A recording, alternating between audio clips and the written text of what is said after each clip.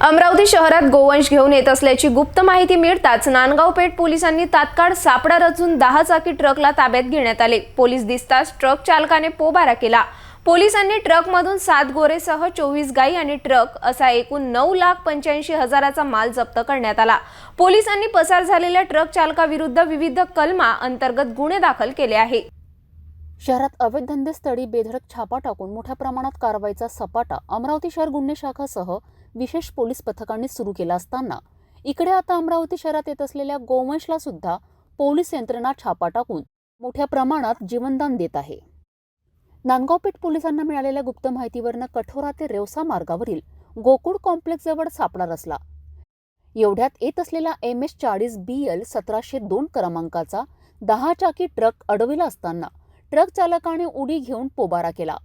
पोलिसांनी ट्रकमधून 7 गोऱ्हेसह 24 गायींना बाहेर काढून जीवनदान दिलेत। पोलिसांनी गोऱ्हे गायी किंमत 2,85,000, 10 चाकी ट्रक किंमत 7 लाख असा एकूण 9,85,000चा मुद्देमाल जप्त करण्यास यश आले। नांदगाव पेठ पोलिसांनी ट्रक चालकाविरुद्ध कलम 5.5 5B 9 11 83 177 सह कलम 119 अंतर्गत गुन्हे दाखल करण्यात आले।